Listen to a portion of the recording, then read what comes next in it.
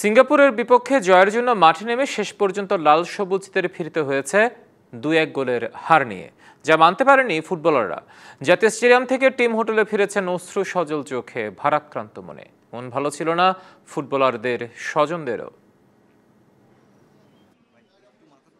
Alhamdulillah, everybody played well. Everybody really played well.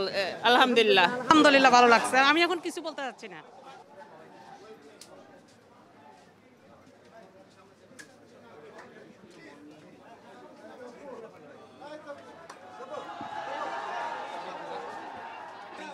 চেষ্টা করেছে কিন্তু চেষ্টার সেই রেজাল্ট কিন্তু আসেনি।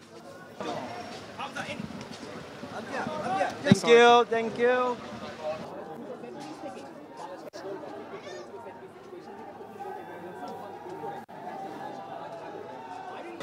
অত্যন্ত ভারাক্রান্ত বিষণ্ণ মন নিয়ে কিন্তু আজ জাতীয় দল ফিরে গেল তাদের টিম হোটেলে, যেখানে জয় নিয়ে হাসি মুখে ফেরার কথা ছিল, শেষ পর্যন্ত তা হলো না।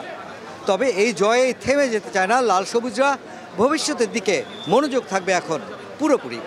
মুশফিকুর রহমান, ডিবিসি নিউজ, জাতীয় স্টেডিয়াম, ঢাকা।